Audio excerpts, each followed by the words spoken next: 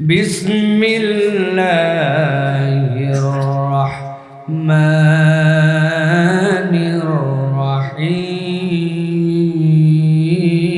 الرحيم ما أصاب من مصيبة إلا بإذن الله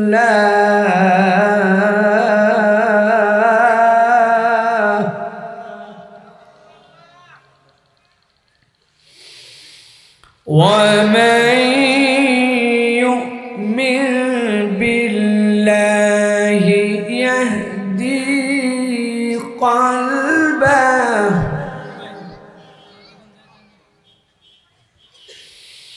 يهدي قلبه والله بكل شيء عليم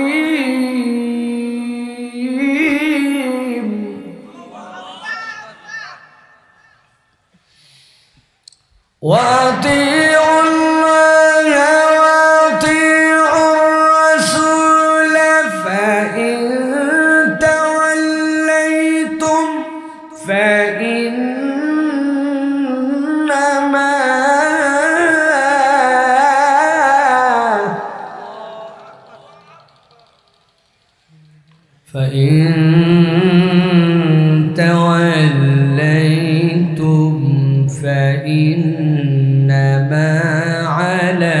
الرسول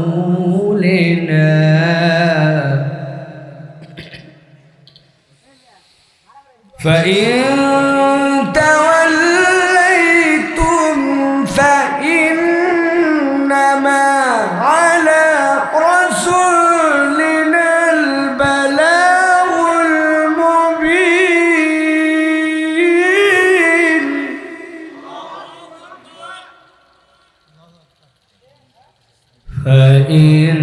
فإنما على رسولنا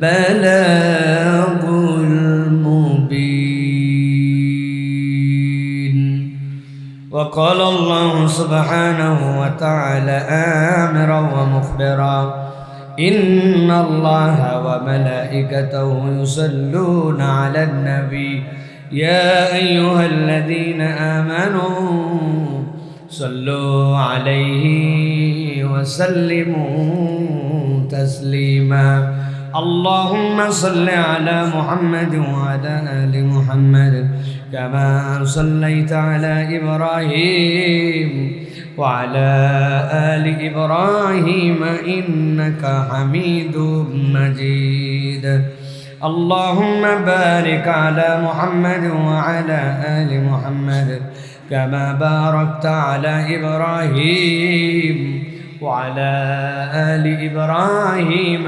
إنك حميد مجيد আলহামদুলিল্লাহ আজকের এই বাংলাদেশের ঐতিহ্যবাহী জেলা গাজীপুরের শ্রীপুরের গারারন মুন্সিবাড়ি জামে মসজিদের উদ্যোগে নবম বাৎসরিক ইসলামী মহাসম্মেলনের সুযোগ্য সম্মানিত সভাপতি আপনাদের এলাকারই কৃতি সন্তান বিশিষ্ট সমাজসেবক এবং ভালো মানুষ হিসাবে এলাকায় যার একটি পরিচিতি আছে জনাব বেনজির আহমেদ সাহেব আমাদের বেনজির ভাই আজকের মাহফিলের সম্মানিত প্রধান অতিথি হিসাবে যিনি কিছুক্ষণ পূর্বে এসেছিলেন শ্রীপুরের মা মাটি এবং এলাকার সন্তান জনাব আলহাজ শাহজাহান ফকির সাহেব আজকের এই মাহফিলের সম্মানিত উদ্বোধক আলহাজ মোহাম্মদ হারুনুর রশিদ সাহেব আজকের এই মাহফিলের সম্মানিত প্রধান মেহমান জনাব ব্যারিস্টার মোহাম্মদ জিয়াউল হাসান সাহেব আরবেলা ফ্যাশনের সম্মানিত ব্যবস্থাপনা পরিচালক আপনাদের পাশেই যে প্রতিষ্ঠানটি যদিও তিনি এখানে ব্যারিস্টার জিয়াউল হক হাসান সাহেব প্রধান মেহমান লেখা আছে কিন্তু আসলে উনি আমাদের বড় ভাই আর আপনাদের মাঝে আছে আমাদের ছোট ভাই এখানে ডক্টর নিয়ামতুল্লাহ সে আমার আপন ছোট ভাই এখানে আমি যত না আপনাদের কাছে আলোচক হিসাবে এসেছি আমাদের ফ্যামিলির একটা প্রতিষ্ঠান এই জায়গায়, এই ফ্যামিলির প্রতিষ্ঠানে এলাকাবাসীর সাথে একটা ভালোবাসা, এই হিসাবে আপনাদের কাছে এখানে আসা। তাছাড়া এই জায়গায় বৃহস্পতিবার দিন আগামী 2 বছর আমাকে খুঁজে পাওয়া সম্ভব নয়, খারাপ মনে করেন না। কেন বৃহস্পতিবার দিন আমি মাহফিলে যাই না। আগামীকালকে 27 তারিখ বাংলাদেশে আগামীকালকে যে মাহফিল, এই মাহফিলটায় মিনিমাম 20 থেকে 25 লক্ষ লোক হবে। এই মাহফিলটা 27 তারিখ পেকুয়াতে। আগামীকালকে আমি ওই জায়গায় বক্তা, আজহারি ভাই আলোচক। ওই রকম একটা চাপের প্রোগ্রাম রেখে বৃহস্পতিবার দিন এখানে আসছি। কারণ কি, এই ব্যারিস্টার জিয়াউল হাসান আমাদের বড় ভাই, আর ও হচ্ছে আমার ছোট ভাই। এখন ছোট ভাইয়ের আবদার অনেক সময় রাখা লাগে। আর ছোট ভাই সে মানুষ ছোট হলেও আলহামদুলিল্লাহ সে প্রকাশ কতটুকু করে এখানে আমি জানি না। তার আলহামদুলিল্লাহ আমাদের ভাই ব্রাদারের মধ্যে তার একটা হিসাব কিতাব আলাদা আছে। তা আপনাদের এখানে হয়তো প্রকাশ করে না, মাটির মানুষ হয়ে থাকে, হুজুর মানুষ, মাটির মানুষ হয়ে থাকতে হয়, কিন্তু আসলে কিন্তু সে হুজুর না। সুতরাং সে আমাকে বলছে বড় ভাইয়া এখানে আসতে হবে। আমি বলছি কথা শেষ। পরিচয় দিছে আপনাদের এখানে, বিশেষ করে আমাদের জাহাঙ্গীর কবির ভাই, মতিন ভাই, আফাজউদ্দিন ভাই, ফয়েজ মামুন ভাই, এই যে আমাদের প্রিয় ব্যক্তি যারা আছেন, ফজলুল ওহাব, তারপর আখতারুজ্জামান ভাই, কাইয়ুম ভাই, বিশিষ্ট ব্যক্তিবর্গ যারা এলাকার আছেন, আপনাদের স্টেজে যারা আছেন, এই যে আমাদের ভাই সহ, আমি চিনি না কিন্তু আপনারা তাদের সম্মান জানেন। এবং আপনাদের এখানে একটি, আমি বলছি যেটা আমাদের একটা ফ্যামিলির প্রতিষ্ঠানে জায়গা আছে, বাড়ির প্রতিষ্ঠান। তো আমি মাঝে মাঝে ঘুরে ফিরে গেলেও 2-1 বারের আগে আসছি। তো সেই জায়গাতে একটা ঘরোয়া পরিবেশে একটা ভালোবাসার দাবিতে আজকে এখানে আসছি। আপনারা খুব ভালো করে এটা মাথার মধ্যে ঢুকায় রাখেন, আমি এখানে ওয়াইজিন আর বক্তা হিসাবে এখানে আসি নাই, আপনাদের ভাই ব্রাদার আপনজন হিসাবে আসছি। আমরা সকলে একটা পরিবারের মতো। এলাকায় যখন একটা প্রতিষ্ঠান হয় তখন এইটাকে বাঁচায় রাখা আমাদের স্বার্থে অনেক সময় প্রয়োজন পড়ে। কেননা এই প্রতিষ্ঠানগুলো আমাদেরকে দুধ দেয়, দেশকে দুধ দেয়, ঠিক কি না? আমাদের দেখেছি বিগত রেজিম থেকে অনেকে এইগুলাকে কুক্ষিগত করেছে। টাকা যখন কষ্ট করে উপার্জন করা লাগে তখন মানুষ কষ্টের মূল্যায়ন করে, আর টাকা যখন দুর্নীতি করে, দেশ বিক্রি করে, ব্যাংকের টাকা পাচার করে, রাস্তার টাকা মারে খায় কামাই করা লাগে, তখন আর তাদের হুঁশ থাকে না, ঠিক কি না? এই জন্য আমরা বলে দিতে চাই, আপনারা অনেকেই বড় বড় ডায়লগ দিচ্ছেন, অমুকে দেশের থেকে বাড়ায় গেছে। আমি একটা কথা জিজ্ঞাসা করতে চাই, বুঝে থাকলে উত্তর দিবেন। আমেরিকা কি দুনিয়ার বাহিরে না ভিতরে? কথা বলেন।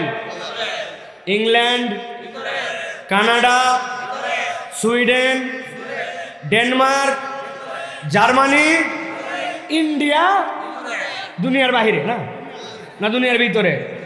তা আপনি এতটুকু বুঝেন না কেন? ওয়ালিল্লাহি মুলকুস সামাওয়াতি ওয়াল আরদ, আসমান জমিনে যা কিছু আছে সব আল্লাহ রাব্বুল আলামিনের। আপনি দেশের থেকে বের হতে পারেন, আল্লাহর দুনিয়ার থেকে বের হতে পারেন নাই, ঠিক কি না? হিসাব করে নিয়েন। ফুটবল খেলা যখন শুরু হয় সেন্টার থেকে বল খেলা শুরু হয়, কি বলেন? নাকি ডি এর মধ্যে থেকে? সেন্টার থেকে টোকাটুকি শুরু, টোকাতে টোকাতে টোকাতে ডি এর মধ্যে নিয়ে যাওয়া হয়, ডি বক্সের মধ্যে থেকে তারপরে গোল কিক করা হয়। শুরুর থেকে যেগুলো গোল কিক করে এগুলো বেশিরভাগ মিস হয়। তো কেবল তো গোল খাওয়া শুরু হয়েছে, এখন পর্যন্ত ডি বক্সে যায় নাই। আল্লাহর শাটানি, আল্লাহর ধরা এমন ধরা, দুনিয়ার কেউ এটাকে আর ঠেকাতে পারে না, ঠিক না? অতএব হিসাব করে চলতে হবে, বুঝে সুঝে চলতে হবে। রব্বুল আলামিন ধরে না ধরে না ধরে না, ধরলে আল্লাহ ছাড়ে না। ইন্না বাতশা রাব্বিকা লাশাদীদ, ওইটা কেবল উনার জন্য নয়, আমাদের জন্য একই কথা, ঠিক না?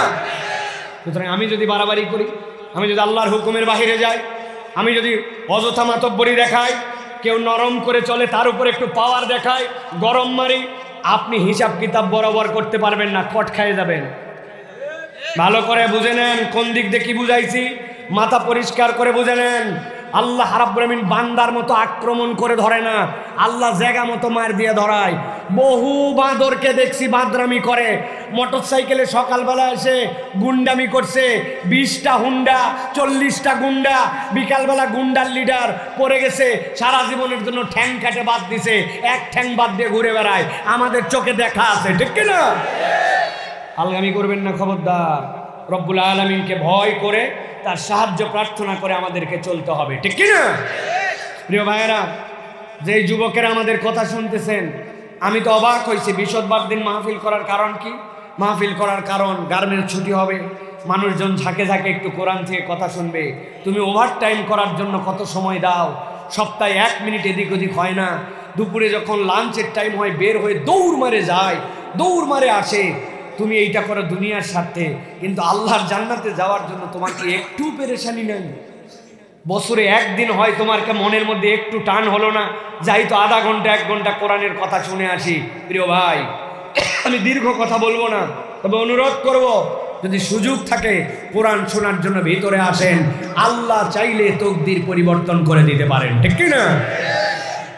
সাথে এটাও বলে রাখতে চাই, বাড়ির থেকে বলে আসছেন কোরআন শোনার জন্য আসছি, কিন্তু আপনি যদি কোরআন না শুনে বিড়ি খায় বেড়ান, ঢুড্ডামি করে বেড়ান, আমরা আল্লাহর কাছে বিচার দিব আপনার নামে, যে আল্লাহ ওই বান্দা বাড়িতে থাকতো, কোরআন শুনতে আসে নাই, দরকার নাই, কিন্তু মাহফিলের উদ্দেশ্যে বের হয়ে বিড়ি খাইছে, রাস্তায় ঘুরছে, আড্ডা মারছে, কোরআনের কথা না শুনে মেলায় ছিল, আমরা আল্লাহর কাছে আপনার নামে বিচার দেব ইনশাআল্লাহ।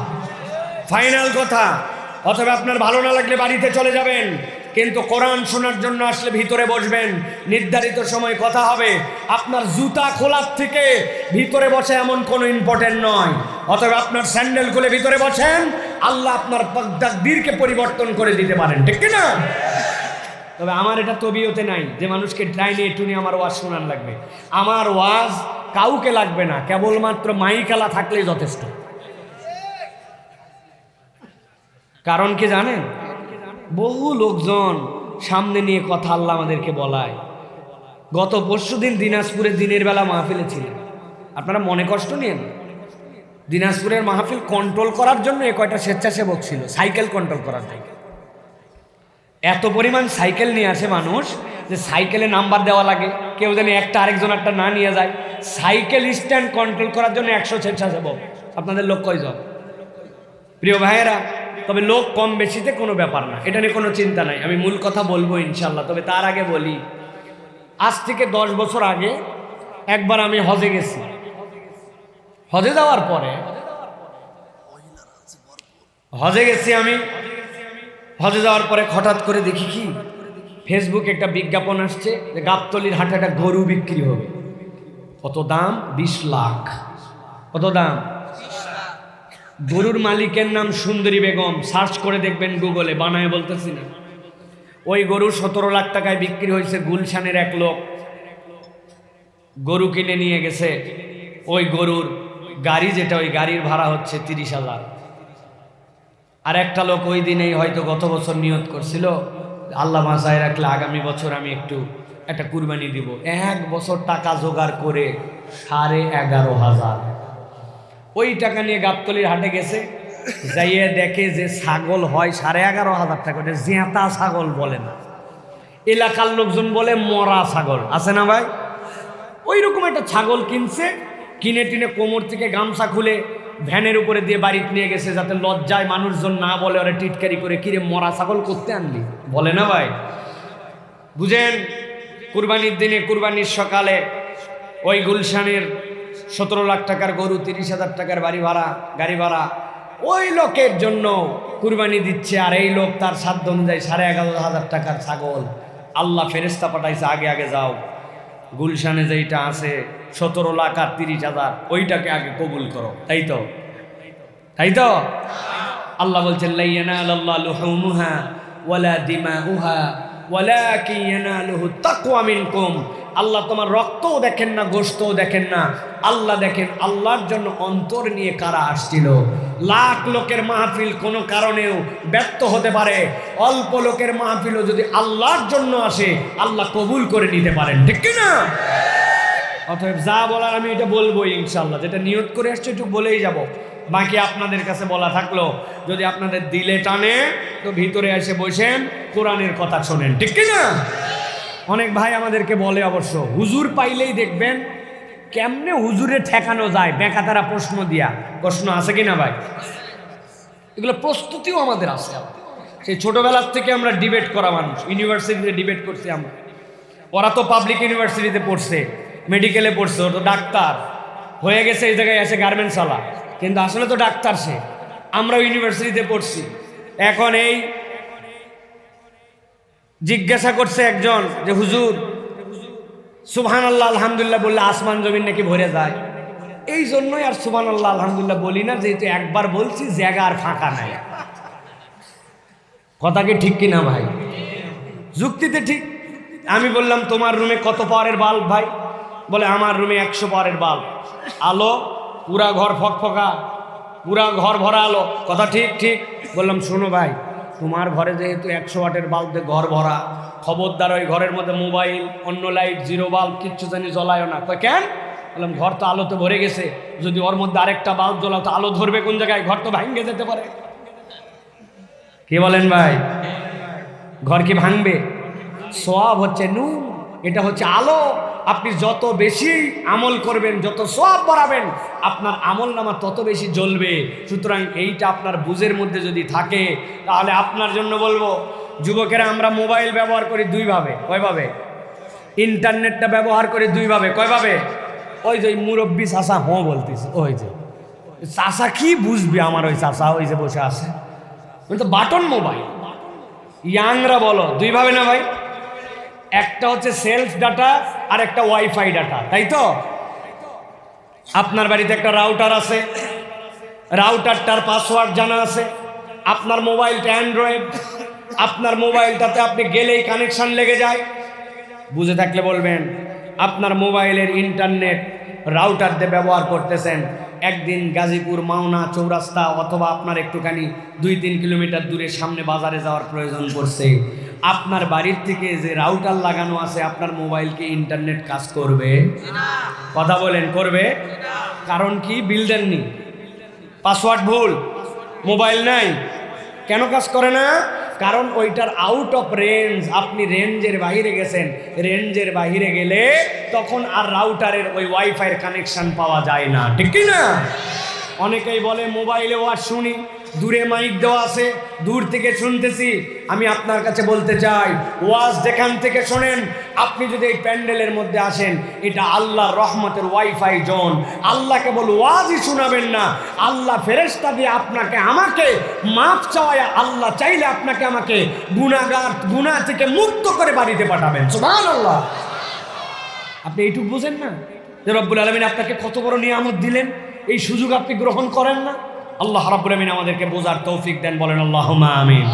প্রিয় ভাইয়েরা, আল্লাহ রাব্বুল আলামিন দুনিয়ার মানুষের দিকে এই জন্য তাকায় বলতেছেন, বান্দা তোমার জীবনে যা যা ঘটে, যেমনে চলো, মনে করো না কোনোটা আল্লাহ রাব্বুল আলামিনের নিয়ন্ত্রণের বাহিরে। সব কিছু নিয়ন্ত্রণ করার ক্ষমতা রাখেন কে? হয় নাই? আরেকটু জোরে বলেন। আল্লাহ রাব্বুল আলামিন বলছেন, মা আসাবা মিন মুসিবাতিন ইল্লা বিইذনিল্লাহ। দুনিয়ার মানুষ ভালো করে বুঝে নাও, তোমার উপরে যত ধরনের মুসিবত আসে, তোমার উপরে যত ধরনের বিপদ আসে, যা পরীক্ষা তোমার জীবনে আসে, ইল্লা বিইذনিল্লাহ। আল্লাহ বলছেন, আল্লাহ রাব্বুল আলামিনের জ্ঞানের বাইরে, অনুমতির বাইরে কিচ্ছুই নাই। তাহলে জিজ্ঞাসা হলো, রব্বুল আলামিন আপনার আমার জীবনে যত পরীক্ষা, যত ধরনের বেরিয়াত, যা যা আপনার আমার জীবনে, সব যদি আল্লাহ রাব্বুল আলামিনের নিয়ন্ত্রণের মধ্যে হয়, রব্বুল আলামিনের দ্বারা জানা জ্ঞাত সারে হয়, তাহলে আপনার আমার জন্য যে মুসিবত, আপনার আমার জন্য যে বিপদ, তাহলে এই বিপদ দিয়ে রব্বুল আলামিনের লাভ কি? এই বিপদ যে আসে আপনার আমার জন্য, এখান থেকে তাহলে বাঁচার উপায় কি? আল্লাহ রাব্বুল আলামিন বলছেন, ওয়া মান ইউমিন বিল্লাহ ইয়াহদি কলবাহু ওয়াল্লাহু বিকুল্লি শাইইন আলিম।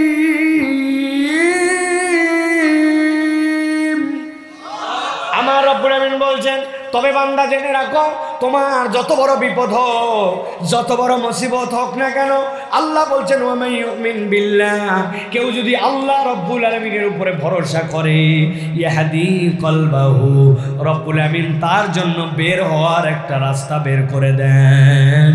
ওই বান্দার হৃদয়ের মধ্যে রব্বুল আমিন এমন একটা ভরসা জাগায় দেন, বান্দা তোর তো এরকম অবস্থা নয় যে তোর কোনো অভিভাবক নেই, বরং যত বড় বিপদ আসুক না কেন, আল্লাহর উপরে যদি ঈমান ঠিক থাকে, আল্লাহ ওই বান্দার হৃদয়ে অনুভব জাগ্রত করে দেন, ওই বান্দার একজন রব আর ওই বান্দার একজন অভিভাবক আছে।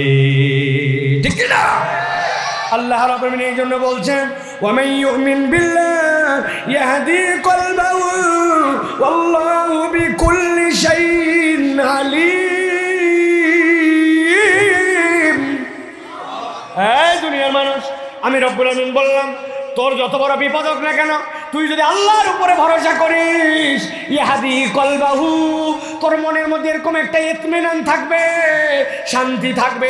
যত বড় বিপদই হোক না কেন, যিনি বিপদ দিয়েছেন তিনি আমার আল্লাহ, তিনি এই বিষয়ে বেখবর নয়, তিনি আমার খবরটা রাখেন। সুবহানাল্লাহ। ছোট্ট একটা উদাহরণ দেই, যে কয়টা উদাহরণ দেব যুবকদেরকে মুখস্থ করে রাখতে হবে। এটা হচ্ছে উদাহরণ নম্বর 1। কয় নম্বর? জোরে বলেন, কয় নম্বর? এক লোকের বাড়ি সুন্দরবনের আশপাশে, সুন্দরবনের থেকে তার মহল্লা, তার পাড়াটা খুবই কাছে। ওই লোকের বাড়ির সামনে একটা পুকুর আছে, 2-3 বিঘার পুকুর। চিন্তা করছে পুকুরটা অনেক দিন ধরে সেঁচা হয় না, বন্যা পার হয়ে গেছে, নিশ্চয় ভিতরে কিছু মাছ আছে, সেঁচা লাগবে। স্যালো মেশিন লাগাই দিয়েছে, লাগাই দিয়ে পুকুরটা ছেঁচে ফেলছে। তবে পুকুর ছিঁচতে যায় খুব ঝামেলা তার, কেননা পুকুরের ভিতরে অনেক পানা দল। আপনাদের এলাকায় কি বলে ভাই? কচুরি পানা, চিনছেন তো? কচুরি পানায় ভরা, কচুরি পানা টানা সরাইয়া সাইডে দিয়া পুকুর ছিঁচতে ছিঁচতে সব মাছটা যা ছিল ধরা শেষ। এখন যেই কচুরি পানা, ওই কচুরি পানা যখন সাইডে আসে, গরু যেইগুলা, গরু কিন্তু কচুরি পানার উপরের পাতা খাওয়া পছন্দ করে, ঠিক কিনা? বাচ্চারা হয়তো বুঝবে না, মুরব্বীরা একটু ঠিকঠাক বলেন, ঠিক কিনা? এখন এক গরু আছে ওই এলাকার এক লোকের, ওই গরু সারাদিন ঘুরে বেড়ায়, সন্ধ্যাবেলা বাড়িতে চলে আসে। ওই গরু ওই কচুরি পানার লোভে পুকুরের পাড়ে গেছে, যাওয়ার পরে পুকুরের পাড়েতে কচুরি পানা খায়, 1টা 2টা খাইতে খাইতে কমাতে আসতে সামনে গেছে। যেই না পুকুরের আধা দিকে গেছে, থস করে এক জায়গায় কাদা নরম, 2 পা সামনের দিকে ঢুকে গেছে। যেই না 2 পা উঠাতে গেছে, পিছন দিকে 2 পা এবার ঢুকে গেছে। ঢুকে যাওয়ার পরে বুক পর্যন্ত গেলে অনেকক্ষণ চিৎকার চেঁচামেচি, হামলি, কিন্তু আর গরু উঠতে পারে নাই। এতই আঠা, এতই কাদা, গরু এবার আটকায় আছে। আর মনে মনে চিন্তা করতেছে, সারছে, উঠতে পারতেছে না, তো কি উপায়? অনেক চিৎকার চেঁচামেচি, অনেক দাপাদাপি করার পরে আরও বেশি যখন পা ঢুকে গেছে, চুপ করে এবার গরু দাঁড়ায় আছে। মনে মনে গরু ভাবতেছে, আমার চিন্তা নাই, জানি আমার কপালে কিছু পিটন আছে, কিন্তু আমার একটা মালিক আছে। সন্ধ্যাবেলা ও আসার পরে বাড়িতে যদি খুঁজে না পায়, আমাকে ঠিকই উঠায় নিয়ে যাবে। কথা ঠিক। সন্ধ্যাবেলা যখন গরু পায় নাই, তখন মালিক আসে। আসার পরে তাকায় দেখে মরার গরু কাদার মধ্যে যাই আটকায় আছে। হাতের মধ্যে ছিল বাটাম, প্রথমেই পাশার মধ্যে ঢাই করে 5-7টা লাগাইছে, খাওয়ার আর জায়গা পাস নাই। এরপরে গলার মধ্যে দড়ি লাগায়া, বুকের নিচ দিয়ে দড়ি লাগায়া টেনে তুলছে। গলাটা গরুর ছিলে গেছে, বুকে কষ্ট পাইছে, কিন্তু গরুটাকে উঠায় নিয়ে আসছি। নিয়ে আসার পরে আবার বালতি টালতিতে পানি নিয়ে গোসল করায় বকা বাধ্য করে গোয়ালের মধ্যে উঠাইছে।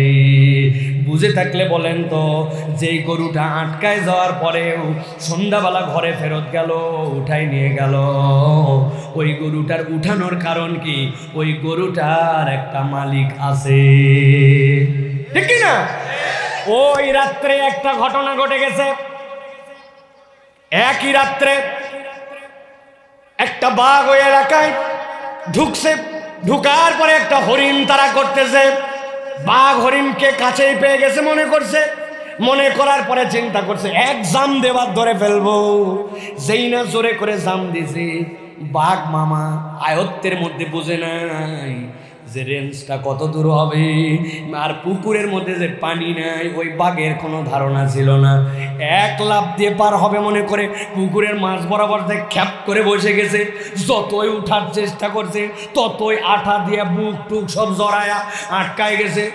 রণ হুঙ্কার মারছে 5টা। এমন হুঙ্কার শুনে আশপাশের বাড়িওয়ালারা দরজা জানলা সব লাগায়া মহল্লার মধ্যে বাঘ পড়ছে আতঙ্ক।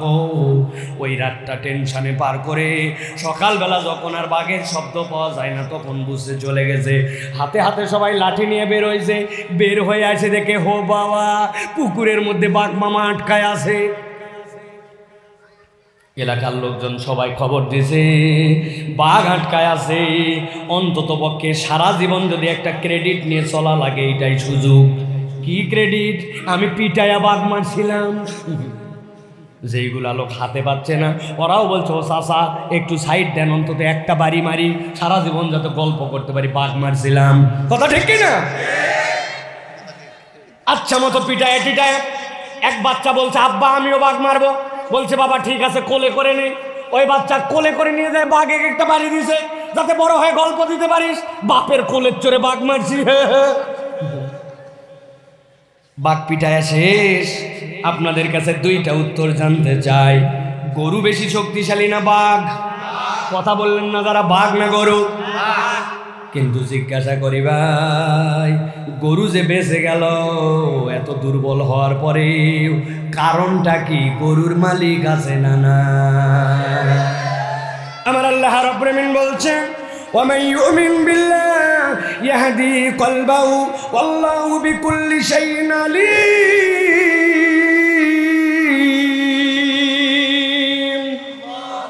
এই দুনিয়ার মানুষ, আমি রব্বুল আমিন তোমাকে যত বড় বিপদ দেই, তুমি যত বড় মুসিবতে পড়ো, আমি আল্লাহ তোমাকে জানায় রাখলাম ওয়ামান ইউমিন বিল্লাহ, যে রব হিসাবে আল্লাহকে মানবে। আল্লাহ বলছেন ইয়াহদি কলবাহু, আমি আল্লাহ তার বের হওয়ার রাস্তা বের করে দিব। আর যার মালিক নাই, রব হিসাবে মানে না, আল্লাহকে চেনে না, আল্লাহর কথা মতো চলে না, দুনিয়ায় কামাই করবে, টাকা হবে, নানান কিছু হবে, কিন্তু ওই ব্যক্তির কপালে ঈমান জুটবে না, জান্নাতে যাওয়ার রাস্তা খুঁজে পাবে না।